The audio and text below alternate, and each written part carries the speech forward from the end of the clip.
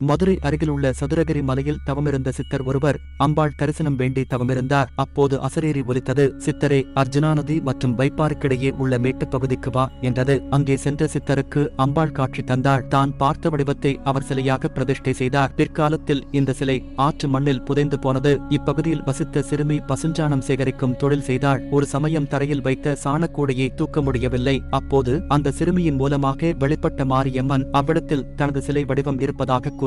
அதன்படி அங்கு கிடைத்த சிலையை பிரதிஷ்டை செய்து கோவில் எழுப்பினர். பொதுவாக அம்மன் இடது காலை மடித்து வலது காலை தொங்கவிட்டபடி இருக்கும். ஆனால் இந்த அம்மனோ இந்த அண்டசராசரத்தில் ஆக்கலும் அழித்தலும் நானே, நானின்றி ஓர் அணுவும் அசையாது என்பதற்கேற்ப வலது காலை மடித்து இடது காலை தொங்கவிட்டிருக்கிறார். இந்த அமைப்பே இருக்கன்குடி மாரியின் மிகப்பெரிய சிறப்பம்சமாகும். ஒரு கங்கையில் நீராடினாலே மிகவும் புண்ணியம். ஆனால் இங்குள்ள மாரி அர்ச்சனா, வைப்பாறு என இரு கங்கைகளுக்கு நடுவே குடிக்கொண்டுள்ளாள். எனவேதான் இங்குள்ள மாரி இருக்கன்குடி மாரி ஆனாள்.